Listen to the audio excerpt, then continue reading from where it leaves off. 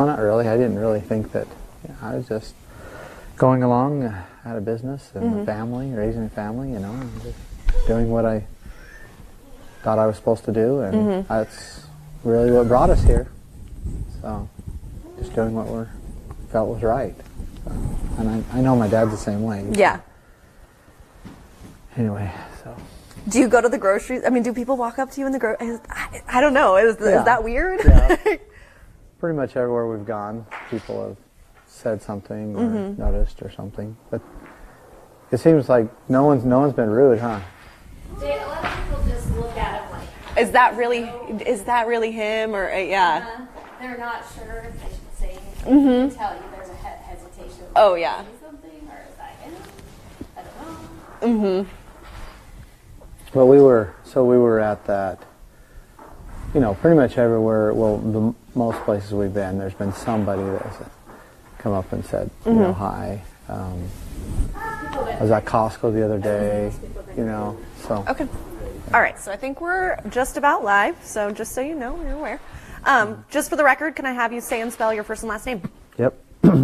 Ammon Bundy, Ammon Bundy. Perfect.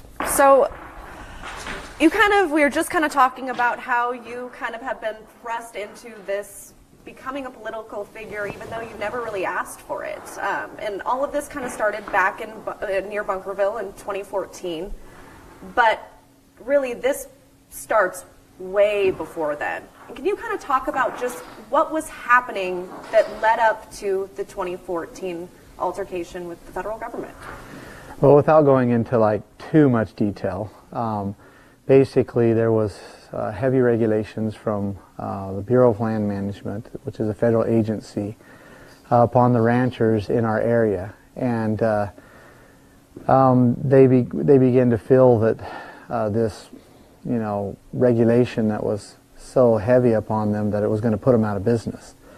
And then there was again some changes in the administration, and the policies and regulations just got more and more strict. And the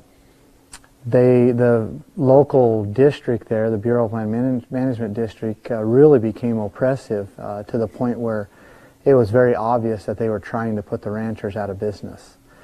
And for example, there was a sign on in the office, the BLM office there, that said "No moo by 92, cattle free by 93." And my dad and other ranchers, obviously took offense to that and began to try to understand their rights, where their rights came from, what right they had to be on the land, because these are generational ranchers. I mean, for example, my family has been ranching in that area now for 141 years. And so it's not like it's just a new thing.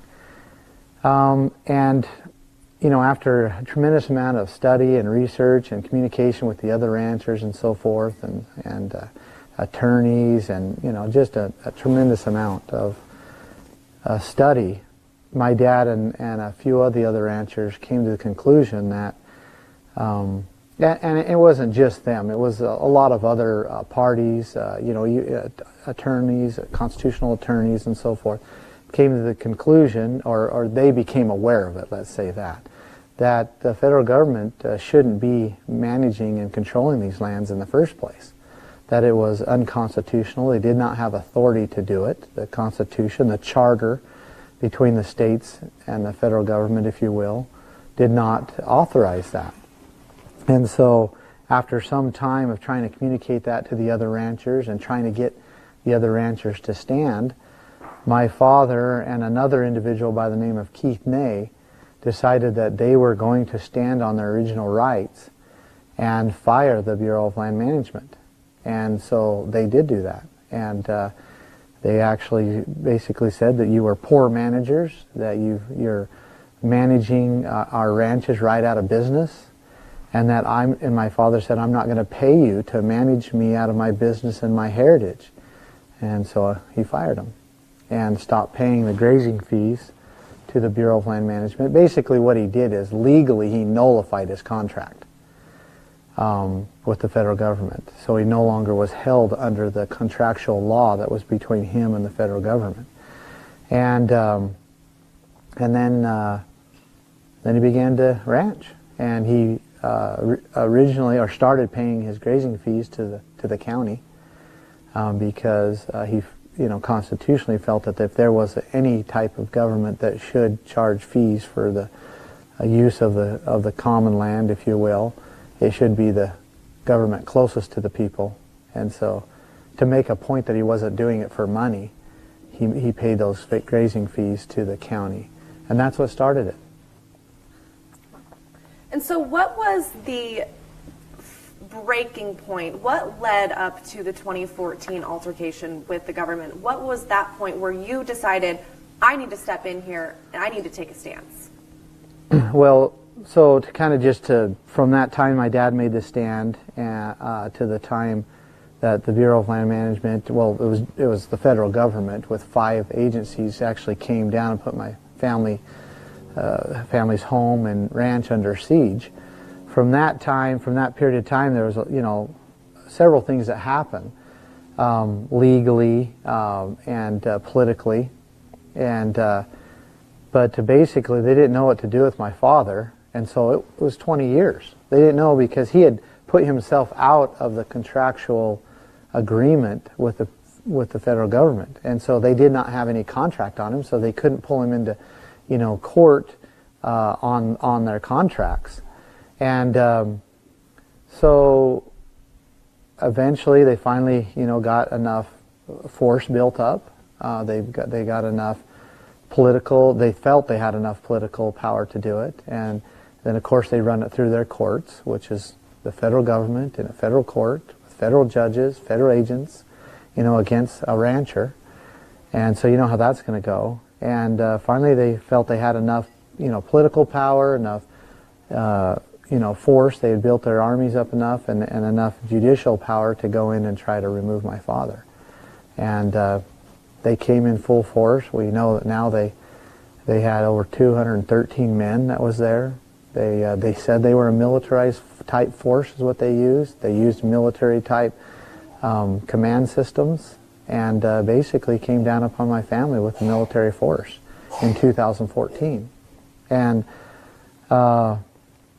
they first took my brother, and he was standing protesting and filming their actions on the side of the road on April 6th, and they literally just beat him up and drug him to the ICP, which was their incident command post, which was a compound, really. It was like a military base almost, and they did interrogations through him all through the night. They took him to another jail and did more interrogations, and then finally let him go the next day.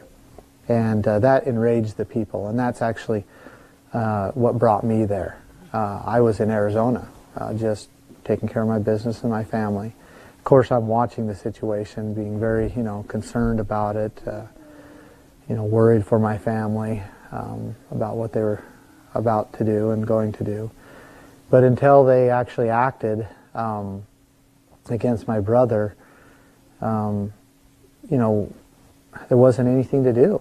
And so we went up there and we began to protest their actions. And my dad told us that we were to do nothing as far as our family, that we were to do nothing but take care of our guests. He felt that there was going to be a lot of people that was going to come. He knew that the BLM, the federal government, he knew that they couldn't help themselves but to use force upon the people.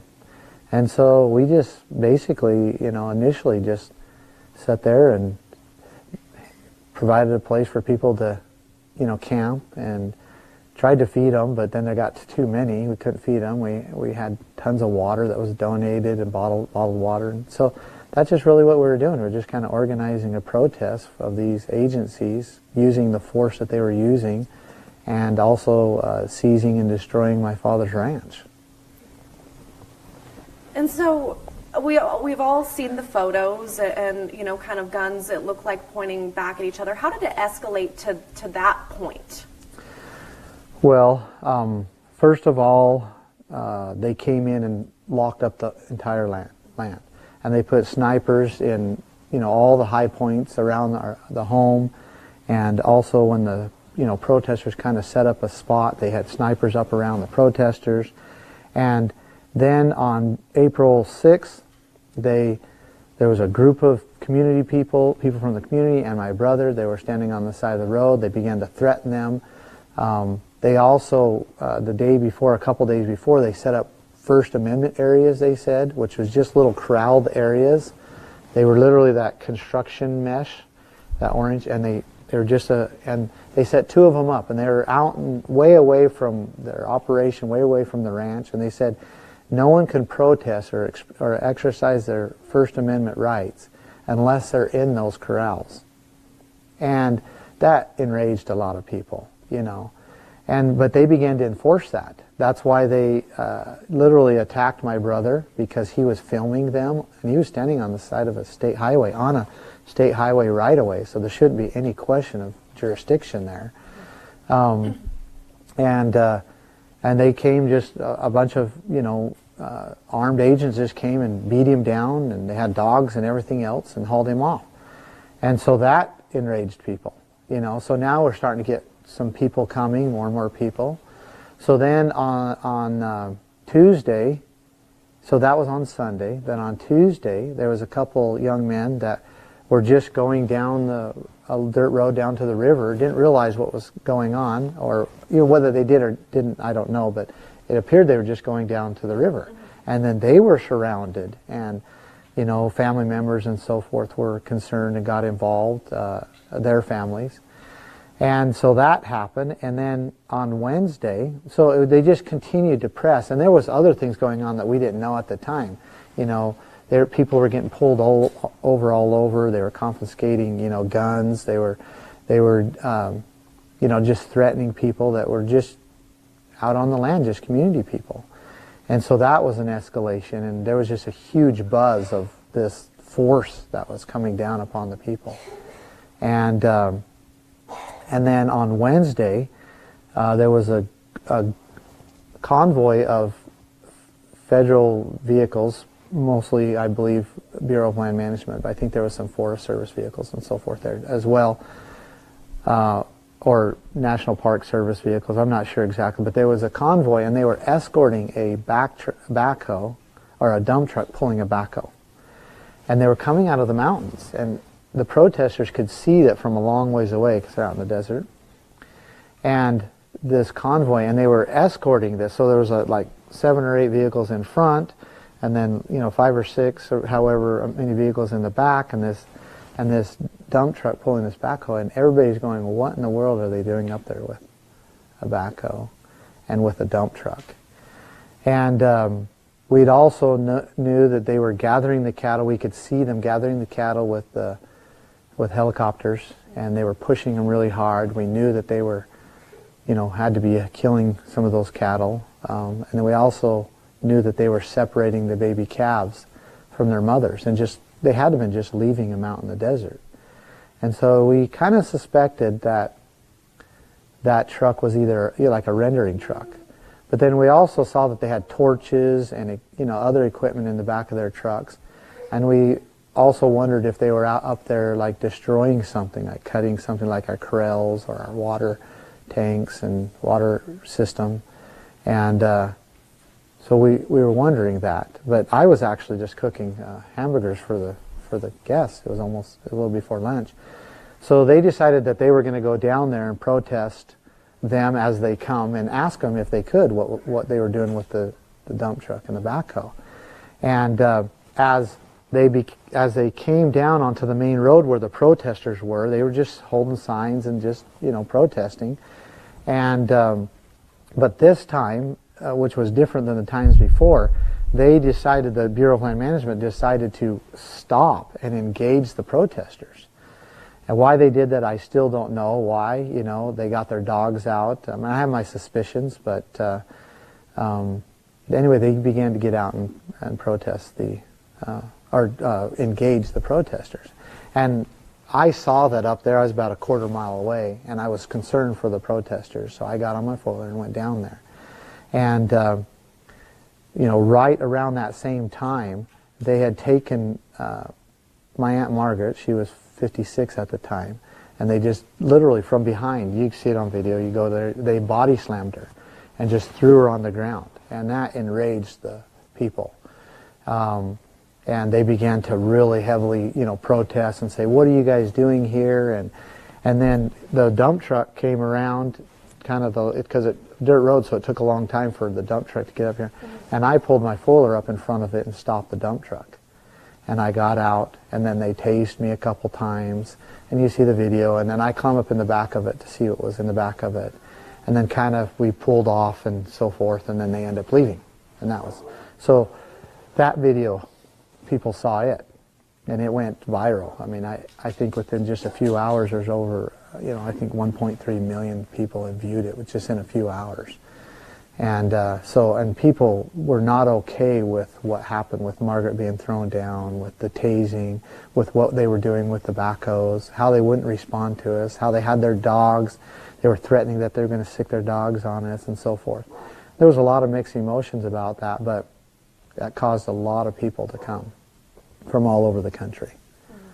And then, I could go on. On Thursday, there was a couple boys and young men or so forth in Overton, which is just this city next to us. There was a couple boys that were beat up and arrested then, and there was another older gentleman that was arrested, and so they just began to escalate until finally the people were like, look, we can't allow this to go on. We can't, and they just began to come from all over. And we were getting, hundreds and hundreds of people there, thousands eventually were there, until Saturday we had a rally. And one of the things that we were doing was trying to call on the sheriff and the local governments, the governor and the sheriff, to come and protect us from what was happening. Protect the rights of the individuals, protect us from them, their abuse to us during protesting, and they wouldn't. So we were really heavily calling on the sheriff on Saturday to come and address the people, and he did. He came and addressed the people. There's video of that, but then he basically said that, yeah, they're going to end the operation, they're going to leave, but they're going to keep the cattle, and the people were like, well, what are you going to do with the cattle? And they wanted the cattle to go back on the range, go back to my family. And so they kept asking, over and over, basically, what are you going to do with the cattle? And the sheriff wouldn't respond. And so they, it's all on video, so it's not like, we can't. But eventually we ended up going up to the ICP, where their compound was up there, and began to protest them. But what we found up there, that it looked to us that they had no intention whatsoever in leaving. They were barricaded in there. They were getting ready to basically, they didn't look like in any way that they were going to leave. And so that's what put us in that scenario up there underneath that freeway.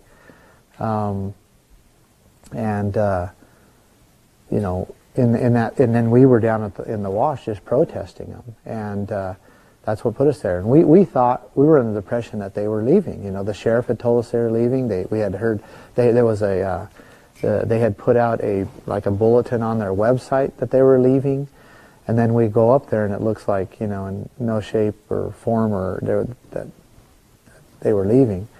And we found out later that in the evidence that was one of the things that they were going to do. They were going to say that they were leaving and then not leave. They were going to say that they were going to leave, then everybody would kind of leave and go back to their homes and this and that, and then 2 or 3 days later they would start the operation again. And it's in the discovery that was one of their plans. So that's what put us there. So it seems like you're very, very against the way that they treated you and your family and kind of the tactics that they went to go about it. Do you have any kind of understanding of what the federal government was thinking during that time? Yeah, the federal government claims that they own the land and the resources. And they claim that the people, the local people in the states, they don't own it. And they want to treat this land as private property, their private property. So they say that we own it, we could sell it, we could profit from it, we could lease it if we want. We could evict you, we could fine you for use of it. We could close all the roads off and not let you use it at all. And that's the position that they've taken. And it's incorrect. These lands are public lands, and the federal government doesn't have any jurisdiction over them. So what they were doing is very clearly, in their view, they were trying to enforce their private property rights. And the people were saying, no, this isn't private property. This land belongs to the people. And the local people have more right to these land than anybody. And we've been using it for 140 years. So, I mean, that's a really good question. I think that to try to use the perspective of maybe what they were doing, in their eyes, they were enforcing their private property rights. And we were protesting that.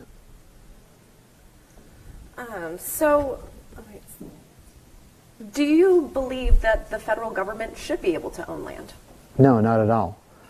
Not outside the boundaries that the Constitution has set on it. And so, when I say no, I guess I need to clarify myself a little bit, because in this country, we already decided 200 and plus years ago, we already decided that the government doesn't own anything, that the people own it, that the government are our representatives, and that we have a share as people in it. Say if there's something common, then we have representatives that take care of those. So as far as this idea that government owns something, it's actually contrary to the very founding principles that this country is built upon. So that's why I say that. However, there is a jurisdiction in which the federal government can control lands and resources, but it's very limited. The rest of the land and resources is supposed to go to the people. And if we are to have common land, there is no place for it to be among the under federal jurisdiction.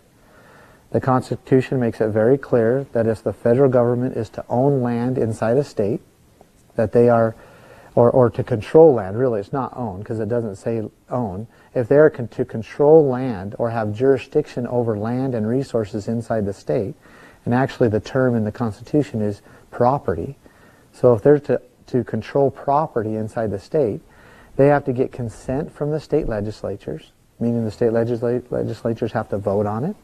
And they have to say, okay, look, we're going to cede jurisdiction over to the federal government of this very little piece, right? And then the federal government has to purchase it, meaning they have to pay for it. So whoever owns it, they have to pay them for it. And then they can only use it for the erection of forts, magazines, dockyards, and other needful buildings. And which is basically for the reasons in which the federal government has authority to act. And the enumerated authorized purposes in which we have the federal government. So hopefully that makes sense. So basically they're very limited on what lands and resources or property they can own inside a state and control.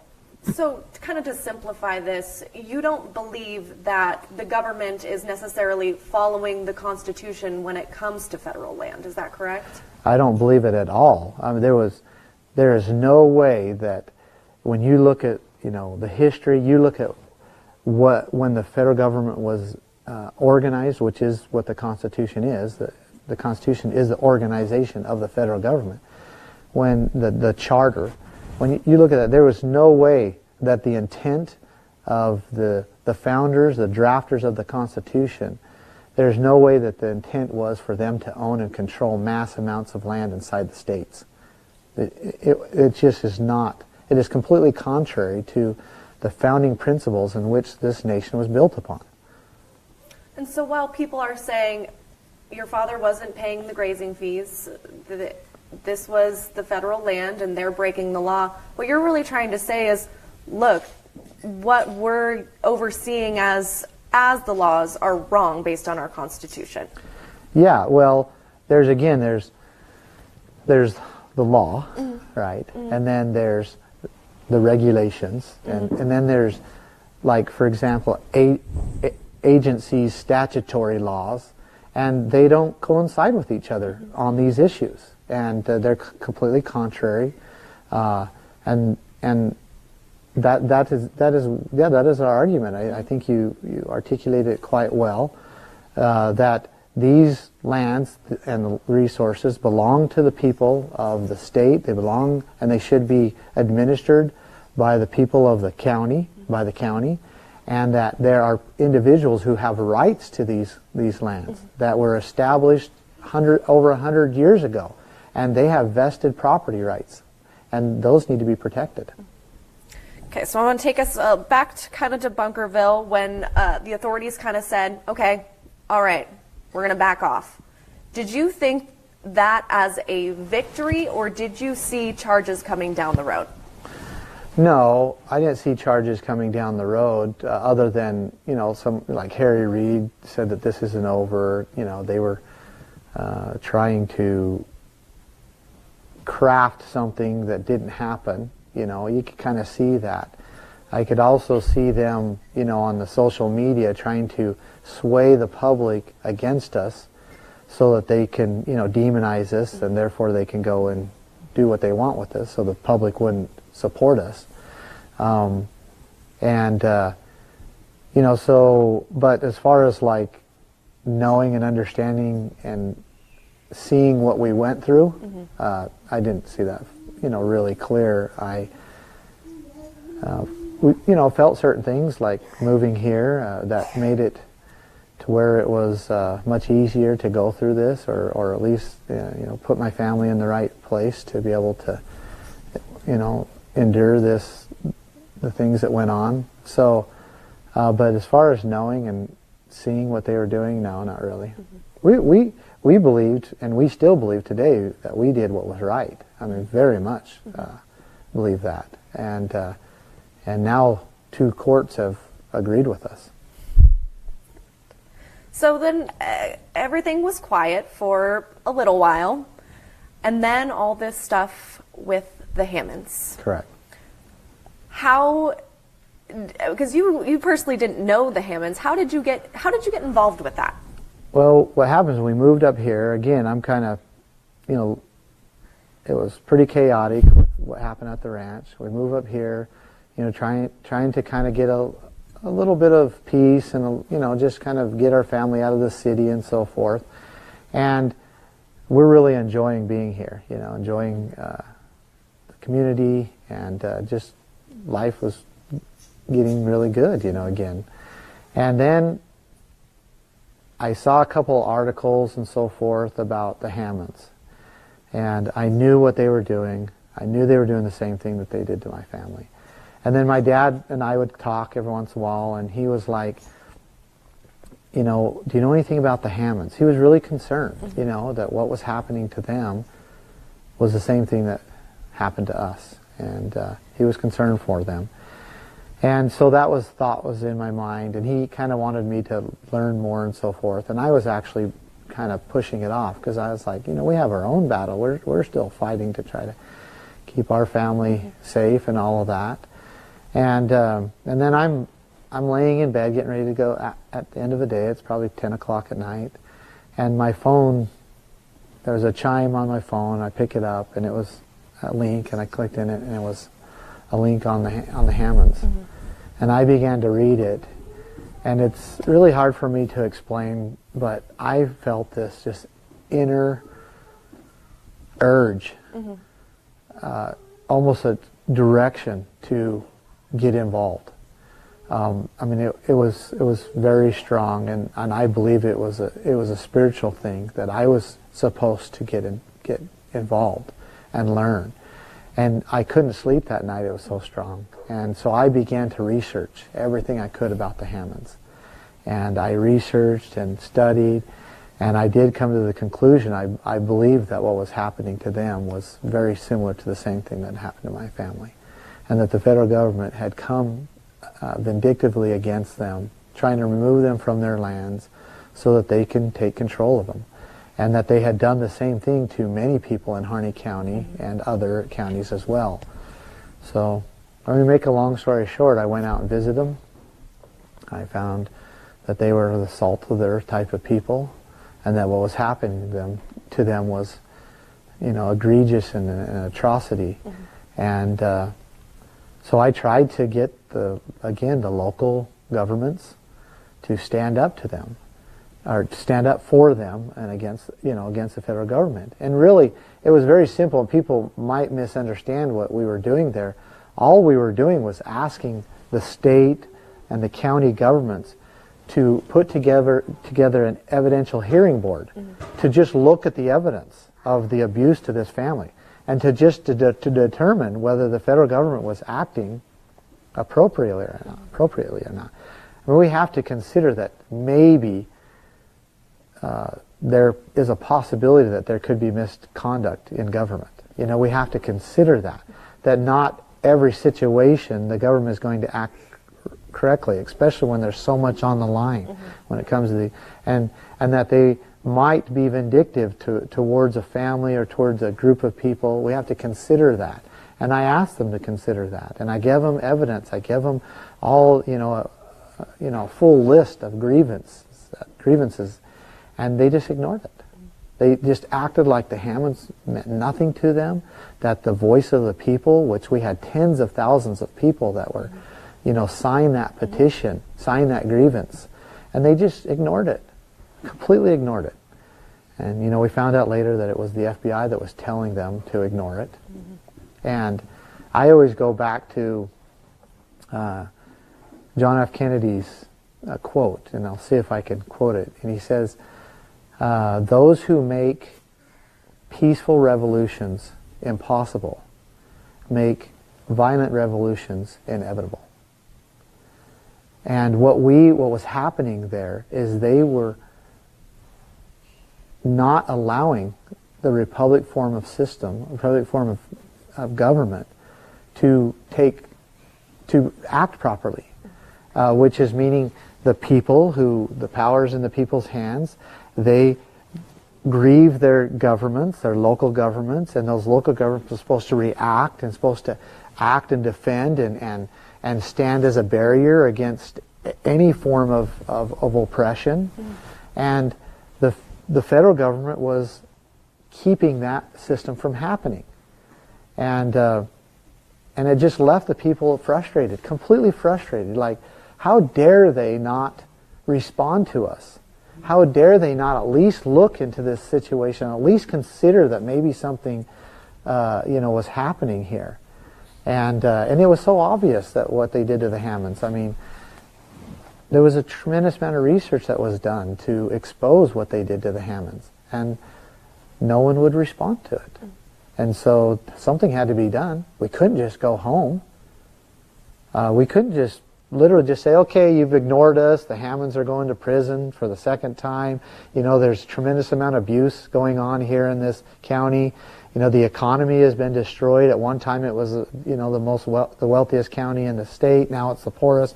Okay, we'll just all go home and let you go ahead and do it. And we couldn't do that. So we found the best peaceful way to protest that we felt.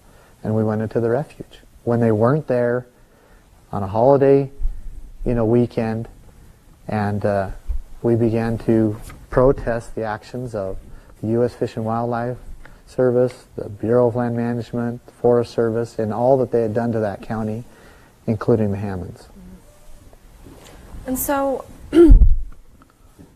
multiple times at Malheur National Wildlife Refuge, you were saying, this place is a mess, we're going to leave it better than we left it. Do you feel that way today? Do you feel like it was left better than you got there? Absolutely. I know it was, even though they tried to, say otherwise. We did maintenance. We fixed, doors and the walls. We took care of it. And it was interesting because they tried to say otherwise in trial.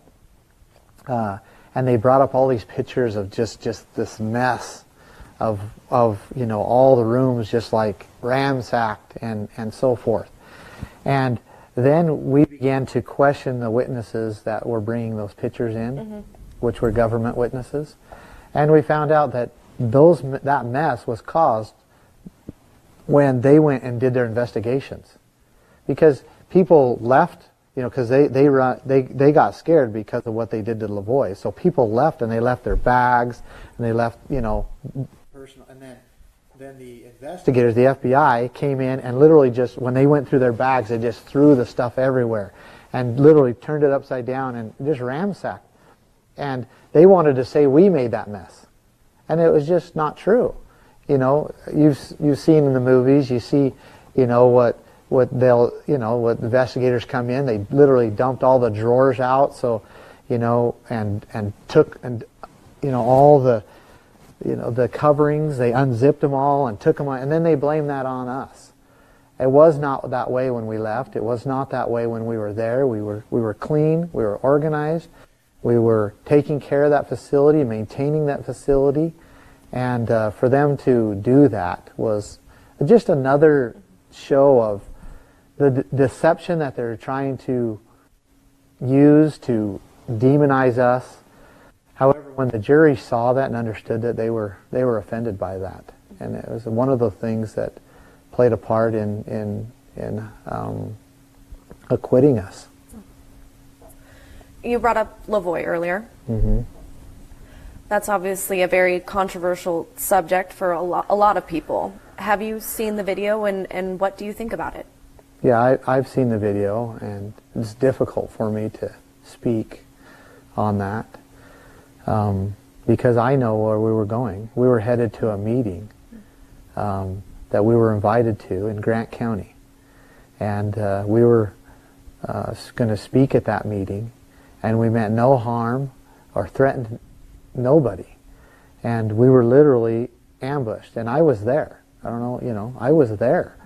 They came from out of the trees and they ambushed us. We didn't know who they were. We didn't know what they wanted, and then they began to shoot at us, you know, without any provocation. We didn't provoke them to shoot. They voluntarily and openly shot on their own, and put us in a state of fear that we didn't know really what to do. We thought that they were going to kill us. And Lavoie took off and drove, and they began to shoot at him, and you know, they shot at him clear up until he got to the road stop there. And when they got stuck in the snow, they continued to shoot at him, and he left the vehicle. And by him doing that, he drew the fire away from him, and I believe saved the lives of the other individuals that were in the vehicle. And my brother was shot in the arm. And I just asked, what did we do that was so egregious and so criminal that they would ambush us on the side of the road going to a community meeting? Why would they do that? They murdered Lavoie. They killed him for no reason. He was not a threat to anybody. And then, of course, we know that they tried to cover it up, that they shot. Mm-hmm. We know that the FBI tried to blame it on the Oregon State Police officer. And there's been a whole bunch of things that will come out, and the people will see that, again, it was tremendous misconduct. And it was a group of people that have been training for many years to use their weapons on other individuals, and they thought that this was their opportunity to do it. And they did it. They did it inappropriately, and I believe that I know in the end that there'll be some justice there, and that the people will see the truth. So you're saying that before Lavoie took off in the car, that they were already shooting at him? I'm not saying that. That's established fact. They shot while before anybody even got out of the car. If you remember, Ryan Payne got out of the vehicle. They shot once before he even got out of the vehicle, and then they shot several other times on the way. And I just want to remind your audience, why won't they let anybody see that vehicle? Why have they confiscated that vehicle and not allowed anybody to see it but them? And, you know, they indicted one of the agents, the FBI agents, for lying about shooting and for covering up the bullets. But we know there was many more involved in that. And we haven't got all the truth here. And until we do, it's pretty hard to make a conclusion. But those are facts that I can tell you. They were shooting at us before. They had no reason to be. They were shooting at us while he was driving. They shot after he was stopped, and never once was a gun pointed at him. There was no threat from us, nothing. We had a laptop, projection system and a PA system, getting ready to have a meeting in Grant County with the people of Grant County that they invited us there to. And those are some facts that people can chew on. Do you believe, you knew Lavoie, you were there with him every single day. Do you believe that he reached for that gun after being shot at? Not at all. Well, there's even question whether he had the gun. You realize that. And whether he even had a gun. Because one is, Lavoie wasn't the type, there was a pocket that was sewed, because he had a denim jacket, there was a pocket that was sewed inside of his, and they said he had a gun in there, and that just doesn't even make sense. But anyway, if you look at the video, he goes down like this, and then he goes down like that again. Well, he's being shot. And the first one, you hear, there's a less lethal weapon that appears to hit him in the hip. And of course, he's going to respond to those. And then they use that my opinion is they use that as an excuse to shoot him. And I believe that the truth will come out on those matters, and I believe that he was, viciously killed, and there was no cause for it. They've said that he did have a gun, but the FBI has also been indicted for lying. Do you believe that could have, essentially, is what you're saying, that if they're going to lie about shooting bullets, why wouldn't they lie about a gun as well? Well, look what they did too during our trial. They willfully lied. Of course the judge doesn't say lie, because some reason in the courtroom you don't say lie. But willfully, misrepresentation, deceiving the court, all those things are ways of saying you lied. And that's why our case down in Nevada was dismissed, because of the lies of the FBI and the lies of the U.S. prosecutors in trying to fabricate something that didn't happen. And I do believe that happened up there. I'm certain of it. I'm certain of it. But there's much more that needs to be uncovered, and I believe in time it will. What makes you say that? Well, that's the pattern. And I believe eventually all things will be uncovered, because I believe in God, and I believe that all wrongs will be made right. I believe that's what justice is making wrongs right. And it just appears that eventually someone will tell the truth. Someone will, either for whatever reason, they'll tell on somebody else, or it'll get to them, or something will happen, just like it did, I don't know if you read the Wooten letter from Larry Wooten about all that they were doing to our family and the prosecutors were doing and so forth. That type of stuff always comes forward. It might take several years. It might even take several decades. But the truth will come out. And I am certain that we will see this plan to provoke, this plan to use force, and this plan afterwards to cover up and to the evidence and to put blame where blame should not be. And I'm certain of it. I lived it. I've lived it at the Bundy Ranch. I lived it in Oregon. I saw what they were doing. And we already have evidence that they were covering things up. And I think there's a lot more. So they arrest you. They take you into custody. What made, because you were the person who said, look, this occupation at the Malheur National Wildlife Refuge needs to stop. What made you make that decision? I knew what they were, obviously we knew what they were capable of. But I also didn't, at that point, I didn't see the benefit of continuing,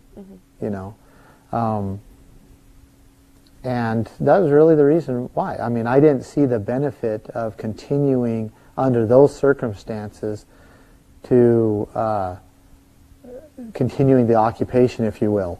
And then I could see that those individuals that were there, were in grave danger. Mm-hmm. And so I felt that the best thing to do at that time was to say, hey, go home. There's a lot to figure out here. A lot of people have seen and understand why we were there. And so let's not lose any more lives over this. Were you relieved when you found out that everyone did eventually leave, and safely? I was relieved. Well, I wouldn't say safely, because those people were taken right to right to prison and suffered tremendously. Mm-hmm. And this idea that the federal government says, oh, we want a peaceful resolution. Their peaceful resolution is to throw us in prison and keep us away from our families the rest of our lives. Mm-hmm. I mean, the idea of that is just nowhere peaceful. And so it didn't happen, peacefully. It didn't happen, and they weren't okay. I just wanted to make that mm-hmm. point. But I was glad that they were still alive. So they arrest you, you're there. I mean, you're potentially facing decades in prison. The rest of my life. The minimum charges just in Nevada would have put me over 100 years old before I got out. 106, I think. And so yeah, we were facing those charges, those serious charges, as the prosecution would say, serious charges. But so. What was that feeling like, knowing from just trying to see it through your eyes? You feel as though you're just protecting your family and your rights and the people that you know and love, and now you're facing decades in prison. I mean, what's that feeling? Well, I mean, one is, I want to explain the best I can that I knew what we did was right. I mean, I knew it was needed. And you can't just sit around and watch your family and your friends and your community and your freedom and your country go to waste. You can't do that. You have to, at some point, someone has to say, look, there has to be a different direction that we're going to go. And we have to bring attention to it. So, and I believe that I did the best I could under the circumstances and with the guidance that I was given, the inspiration that I was given. I believe I did the right thing. So I had that confidence in there. Now, even with that, they were threatening a very powerful government, most powerful government ever known to man, was threatening to take mine and my brothers and my father's and many of my friends' lives away from us and keep us in these horrible places for the rest of our lives. And that was hard. I mean, I was, I missed my family. I missed my wife and my children, my little babies. I didn't know whether I'd ever be able to get to hold him. And you saw Elias walking around here. I didn't know I'd get to play Tinker Toys with him ever again.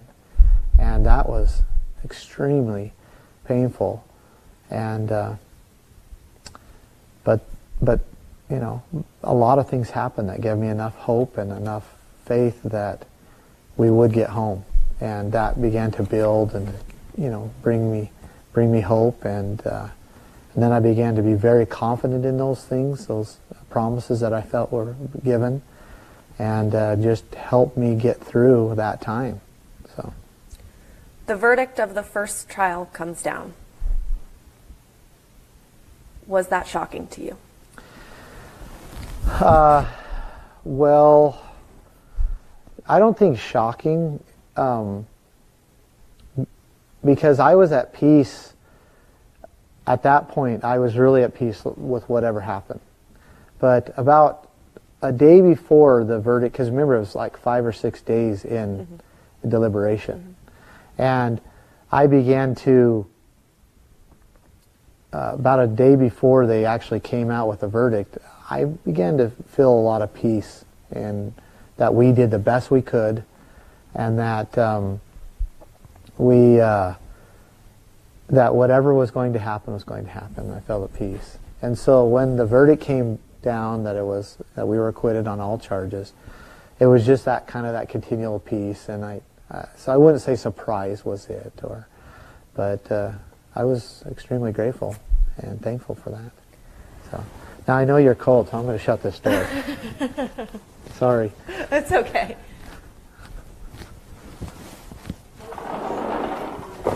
Oh no, it's okay. I know. I just got up. Sorry, I can see It's you. okay. So you've got to be feeling pretty good. This judgment comes down. You're acquitted on all charges. You got to be feeling really good, and then they arrest you again. No, that's not how it happened, actually, because I never left, and I was indicted in Oregon, shortly after I was arrested, and then about 45 days later, I was indicted in Nevada, and so, basically, I fought my case up in Oregon, and then I was acquitted by a jury up there, and then I still had over 100 years worth of charges down here in Nevada. So I never left custody. So you knew once that verdict came down that there was more ahead of you, is what you're saying? I knew I had to go now to Nevada, that they would transport me to Nevada, and I would have to go through it all over again. And that was difficult to do, just to know that we had won, but now I had to go down and fight all these charges. And we did it in max security. I spent a tremendous amount of time in solitary confinement, and but again we fought through it. We knew that what we did was right. We knew we did it for the right reasons. We didn't do it for our own personal gain. We didn't hurt anybody doing it.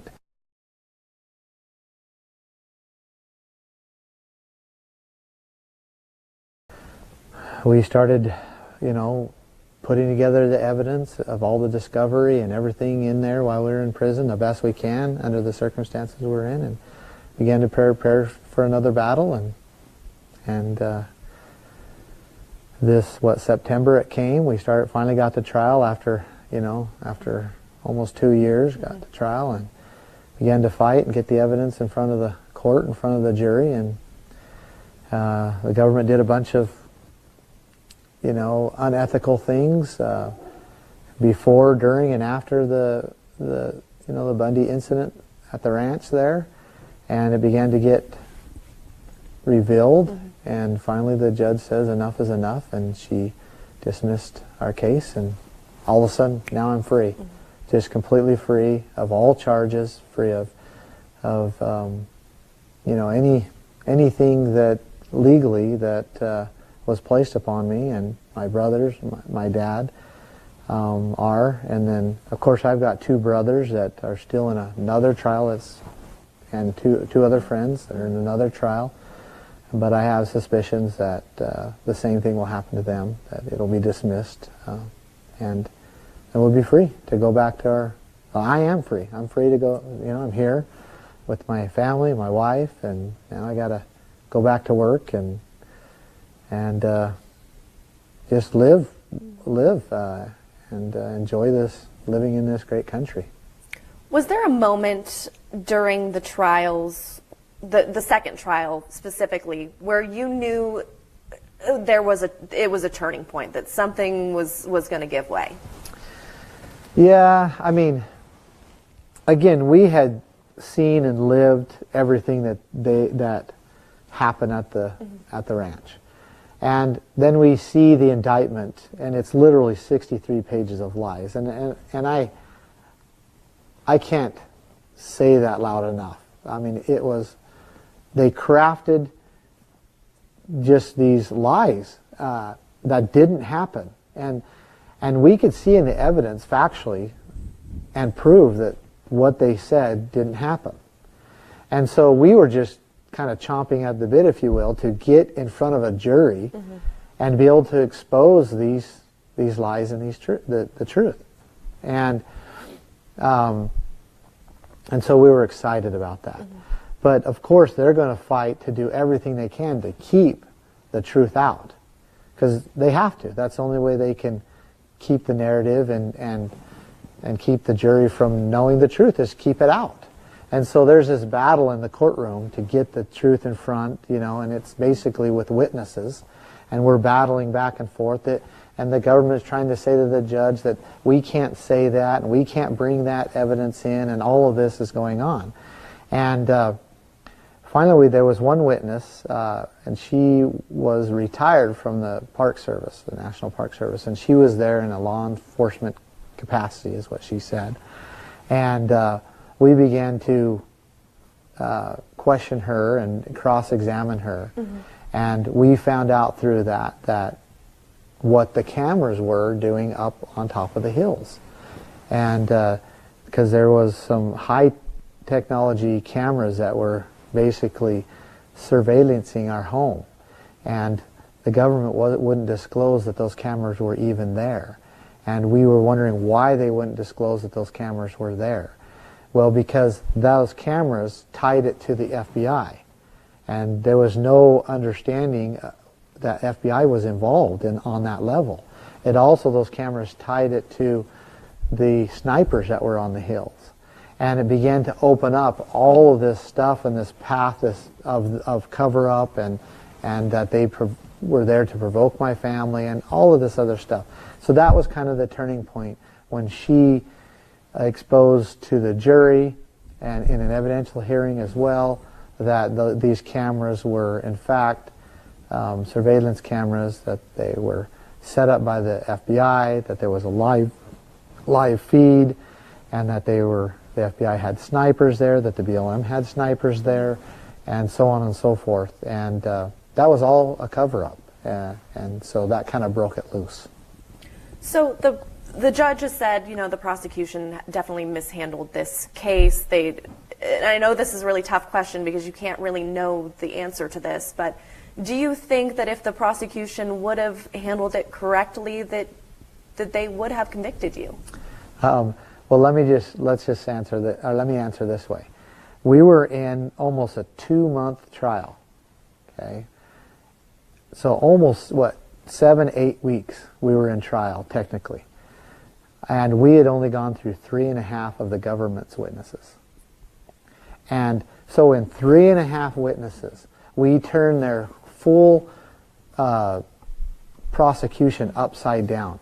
And the government had like 40 witnesses that was scheduled to come in. We would have loved every one of them to come in because we would have exposed the truth on every single one of them. And it would have never lasted 40 witnesses.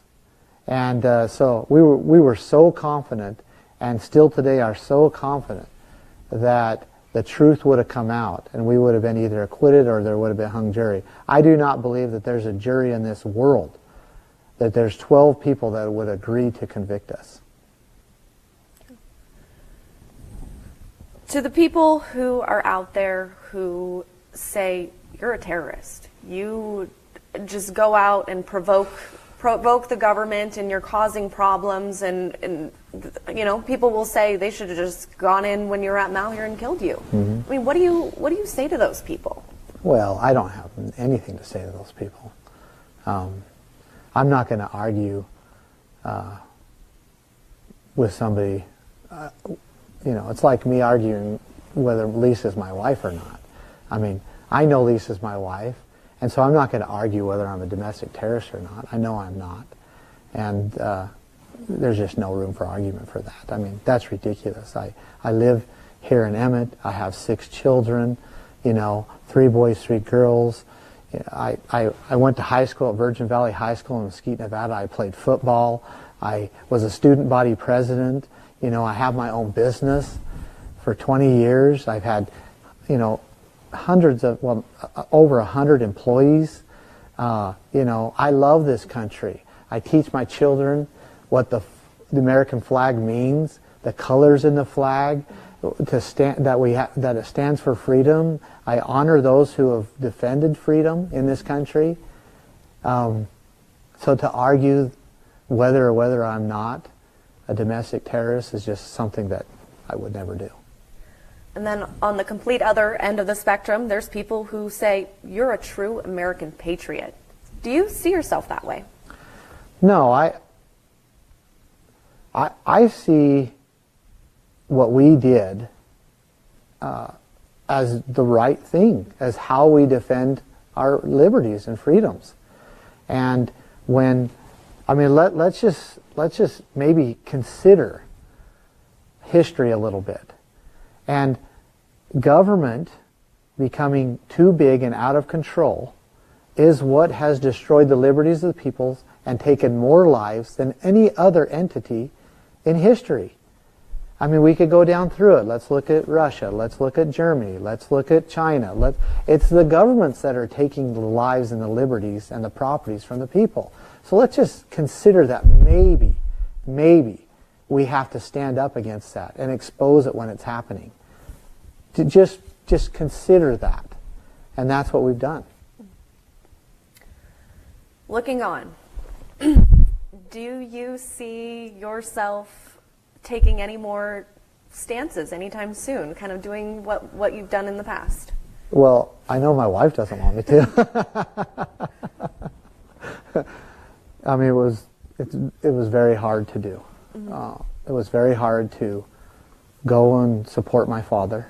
I knew it was right. It was very hard to go into Oregon and to go into the refuge, but I knew it was right. And we did it for a very specific reason. And I hope now that there's enough people that are understanding enough, and that our local governments will begin to stand up and to say no to these things.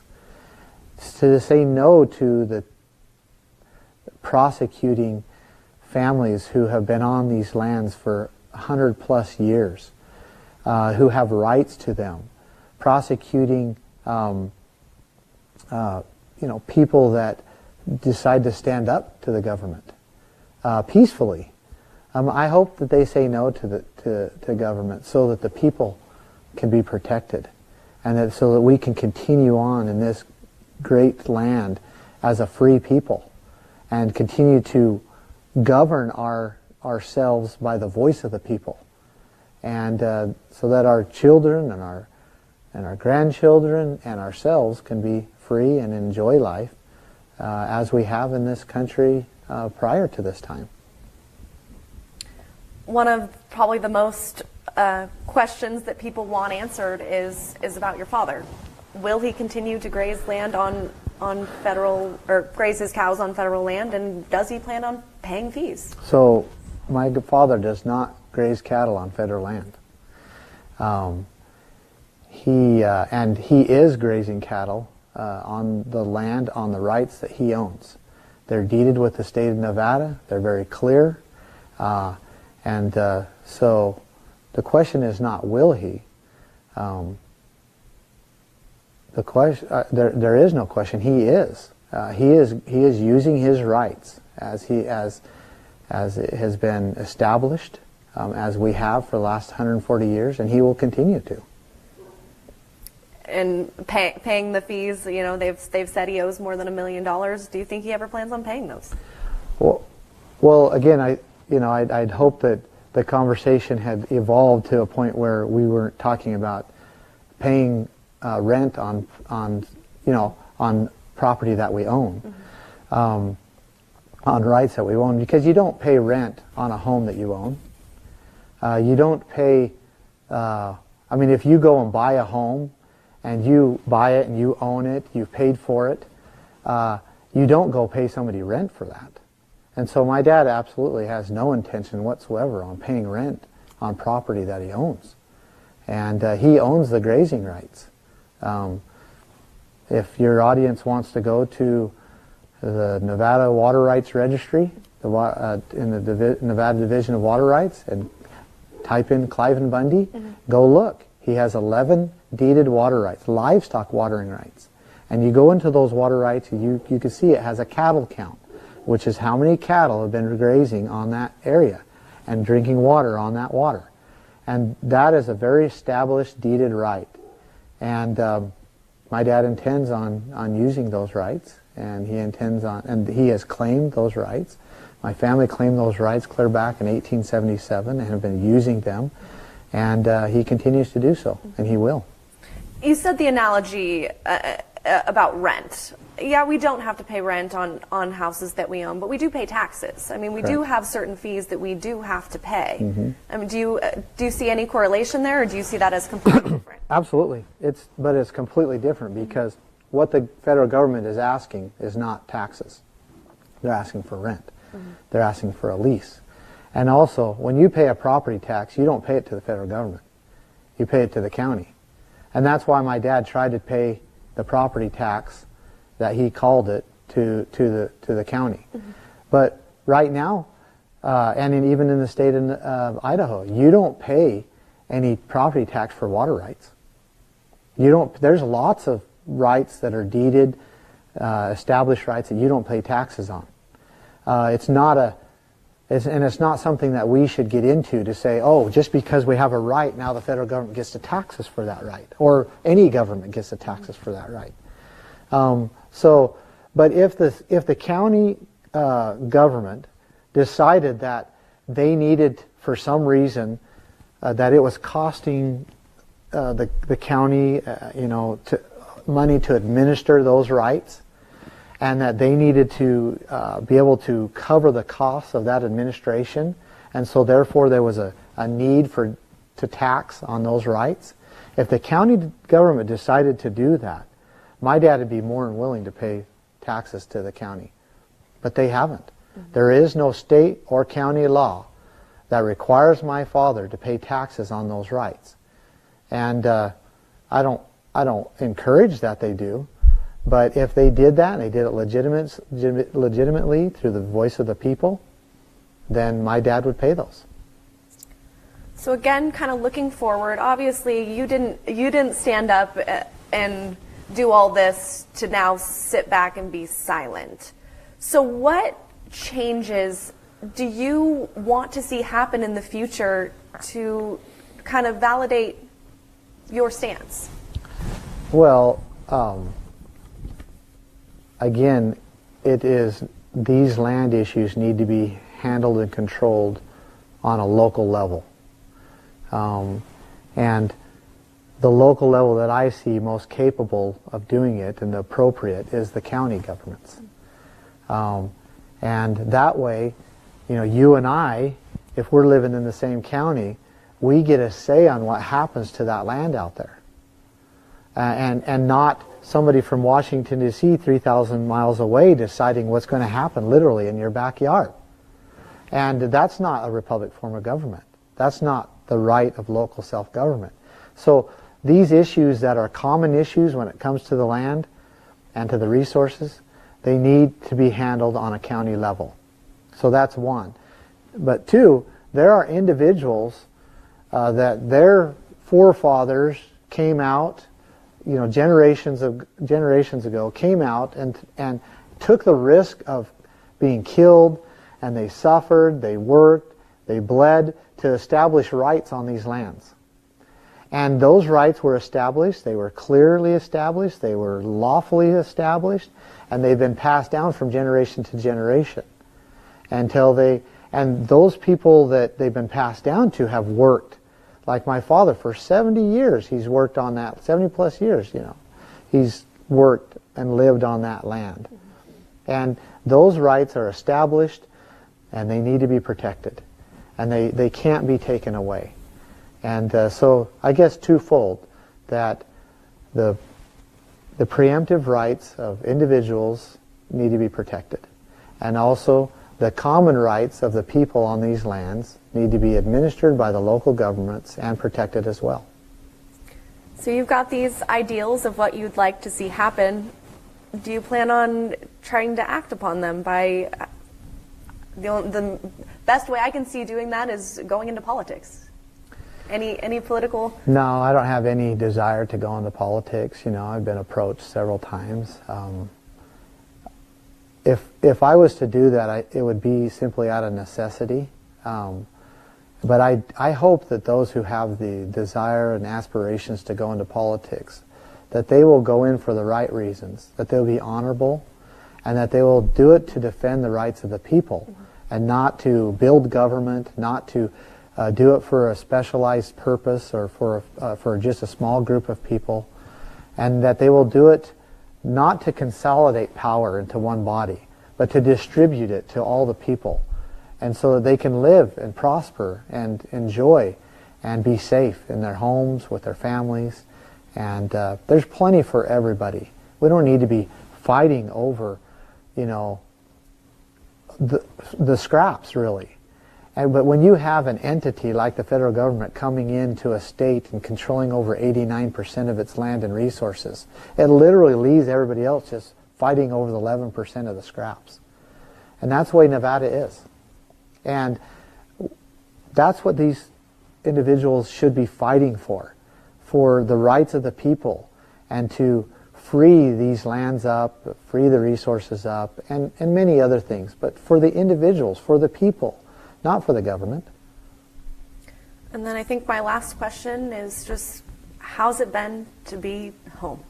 It's been really, really good. I had this imagination, or this, I imagined, of what it would be like to be home. And it's been every bit of that plus. And I've just enjoyed it tremendously. This valley is a wonderful little valley. The people are wonderful. My children are wonderful and good, and they're excited to have me home. And my wife is wonderful. And she's been so loyal and standing beside me. And anyway, it's been great. I can't put it in words. You got to celebrate Christmas a little late? And Well, I made it because I had missed the last 2 birthdays of my little boy and Elias. And so when my case was dismissed, I jumped in the vehicle and I drove, 12 hours or whatever it is, it's close to that. And I was able to catch the last 15 minutes of his 3rd birthday because I didn't want to miss another birthday. And I was able to hold him and wish him happy birthday. And there was a whole house full of people here from the community that came, and we ate cake and sang happy birthday to him. And I didn't want to miss another birthday. And I'm grateful to be here. And I know that a small, family like ours doesn't go against the federal government and prevail. And not just prevail, completely dominate without the help of the Lord.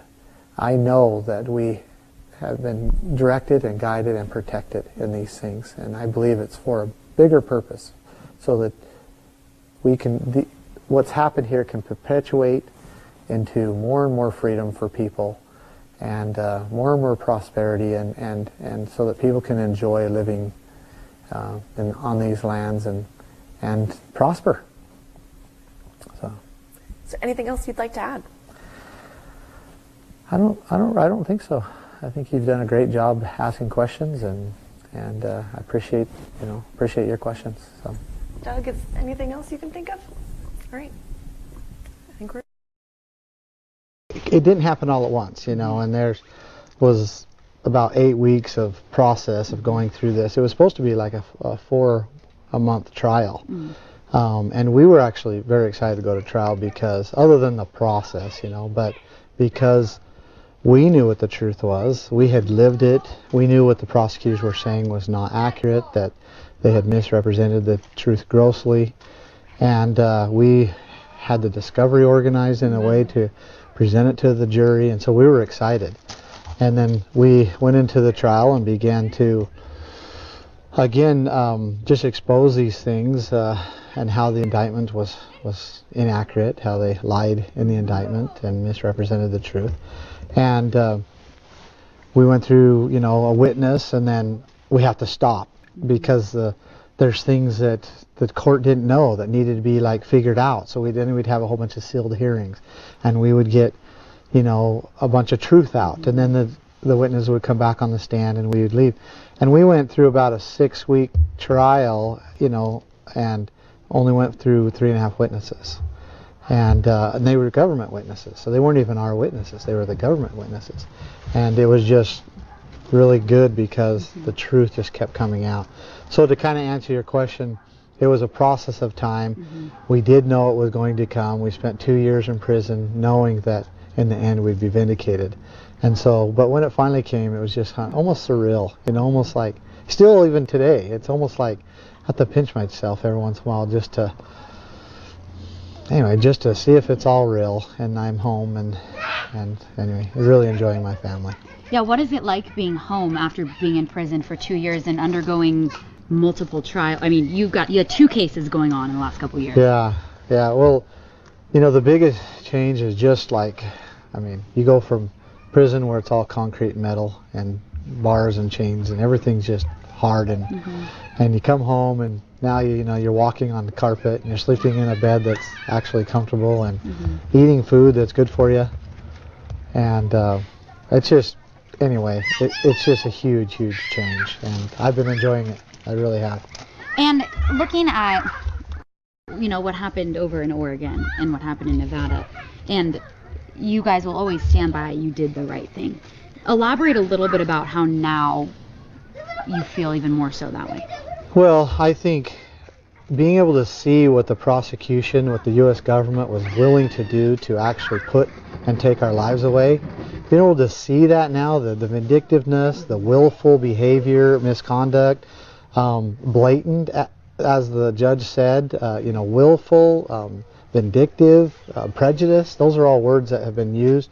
To be able to actually have a district court judge say that, it just vindicates that the reason why we did this, not because we wanted to pick a fight. We did it because we knew that there was an issue here and it needed to be, you know, there needed attention to it, and so that we can hopefully in the future resolve these issues. And so that's what we were doing it for. That's what all this was about, to try to resolve and bring these back to these principles of freedom that we have enjoyed and loved, and that we can you know, pass on to our children.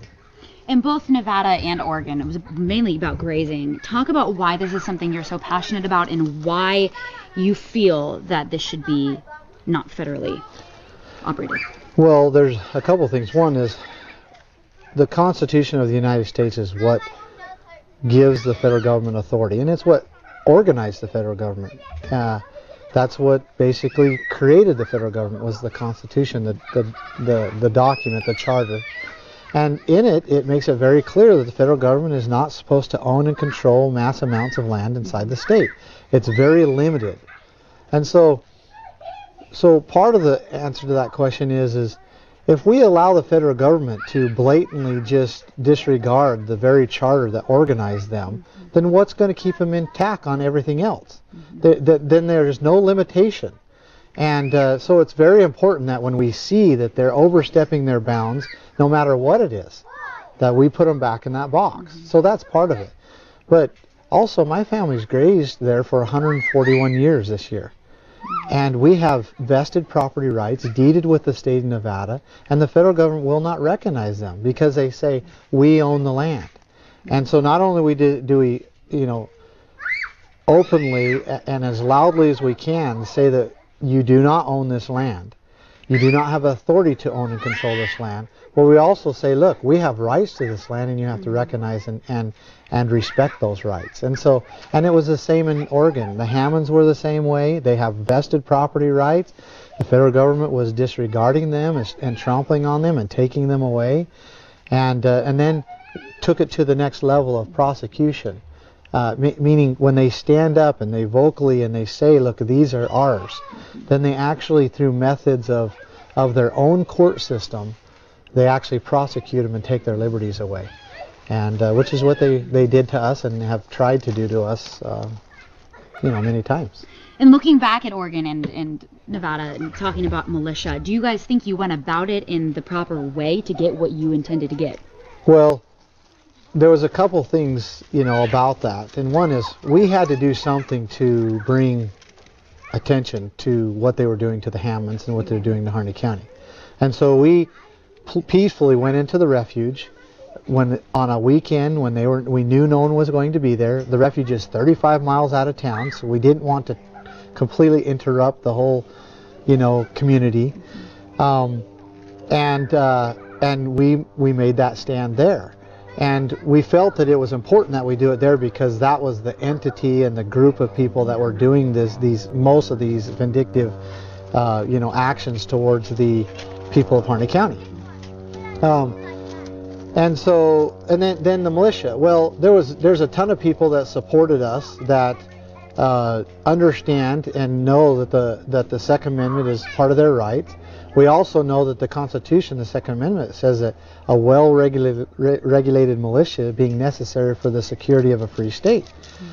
And then third, to answer that, if there is a third, we knew that if we didn't have some type of presence of saying, look, we're serious here, they were just going to raid us and drag us out, about 6 to 8 hours after we were in there, and we would have never been able to make a stand and make a statement. So, people can accuse us of doing that right or doing that wrong, but really I look at it as each step that we did was necessary. And a jury in Oregon agreed with us. So you feel like the gun's reinforced? Yeah, absolutely. I mean, like, what do they say? That the most peaceful neighborhood is those who all own guns, Another statement is a good neighbor is one who has tall fences. There's those kind of those ideas that look, if you don't respect each other, then that's when trouble comes. But if you respect each other, then there's a lot more peaceful, And I mean, if I was a criminal and I was going to try to break into your home or something, if I knew you were a gun owner and you knew how to use it, I'm going to think twice about that. So like it or not, that's some of the facts of what we were doing when we were in the refuge. Two instances now with Oregon and Nevada where you're free. What does that reinforce for you guys? Well, I have said that we the people have done, I've always said that I'm standing for we the people. And that could be very arbitrary if one person just says that, right? But that's not the way it is right now. There's full juries from multiple courts and court systems and everything that have basically said that what we did was we the people. And the government, you feel, and the judge felt, acted very gross negligence in a sense. Yeah, I mean, if you go to when we were dismissed on the 8th, just a few days ago, and you go to the transcripts, you'll read what the judge says, and it's pretty damning to the government and the way they acted. And they weren't just talking about the U.S. prosecutors, talking about the FBI, and then there was a tremendous amount of things that were not litigated when it comes to the actions of the Bureau of Land Management and the other agencies that were there at the ranch. And they just flat out lied. They basically came to kill our family. They surrounded us with snipers. And then they wanted to lie about all, like none of that happened, and they were caught. And so it's tremendous of what she said and what the implications of that are to us now and are to our position. And your father has said, essentially, his defense is short. It's what? Yeah, his 15-second defense is that this isn't federal land. He doesn't graze cattle on federal property, and that he doesn't have a contract with the federal government. So therefore, he doesn't owe grazing fees, and they have no jurisdiction, making him no party and making the federal government no party. Last question would be for you. I mean, I could probably talk to you forever, but I know you're busy. Going forward, I mean, number one, how has this impacted your business? Number two, what now? Well, my poor business had 20 plus employees when this all started, and now we're down to 4. Just, customers got scared. We had a lot of trolls, as you say, going and scaring my customers. And I think actually on a federal level, they went to these national accounts and scared them. I mean, I'll give you an example. I had several really, really good national accounts that I'd done business with for well over a decade.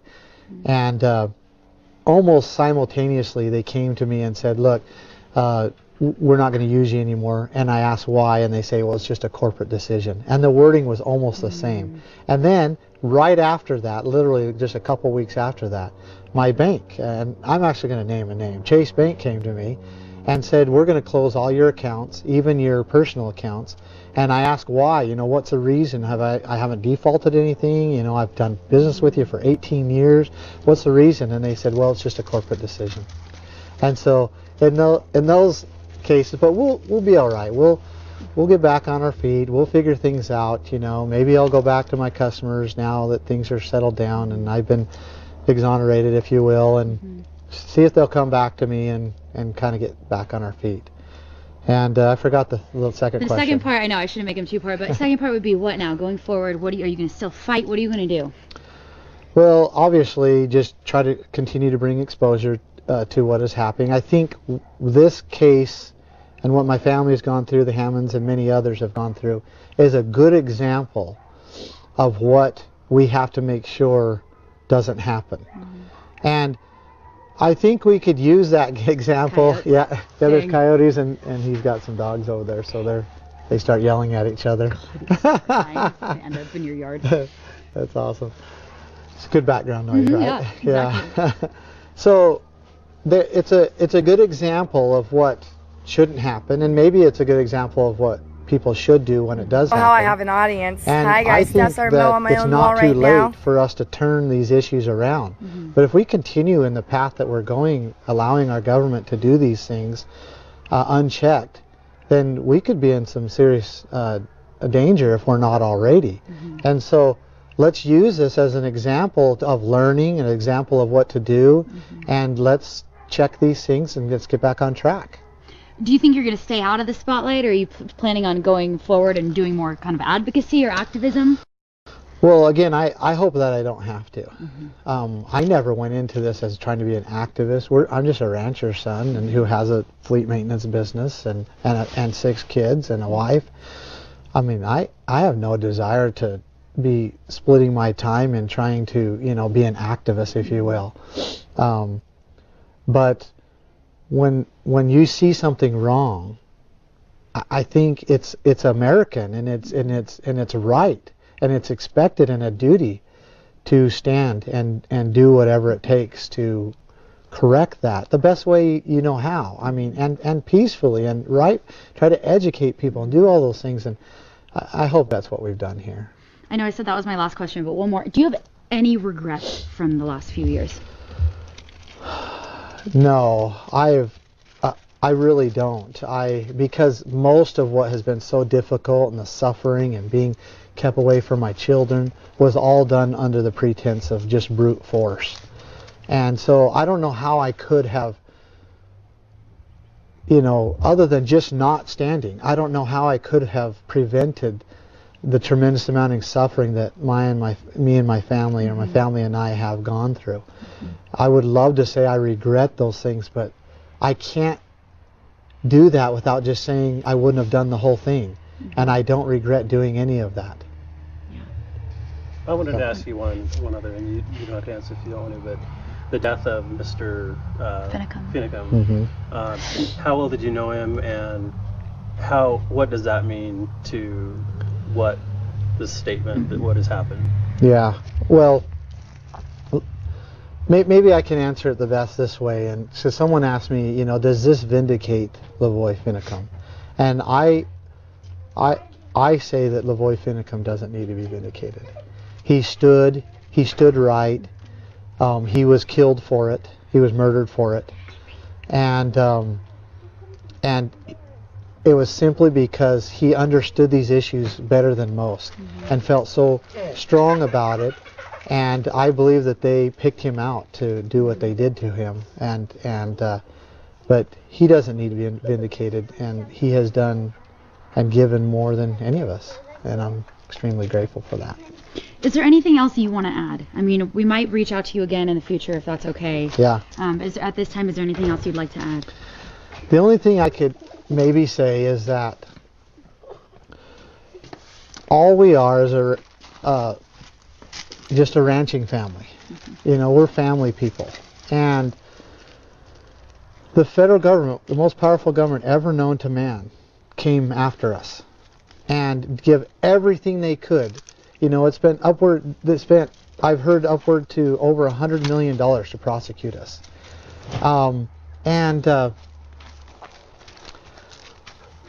We withstood them. We prevailed, and not only prevailed, we really, I mean, how can I say it? We dominated, and that was because the Lord gave us the advantage.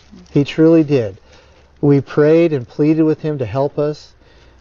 We felt His help and His strength and His guidance. We followed that the best we could, and we have been given the advantage. And that is why we have prevailed, because of that, and not because of our own efforts, not because of some great lawyer or lawyer craft. It was because there is a God in heaven. He does want us to be free, and He gives those the advantage that do what is right. And I would just leave with that.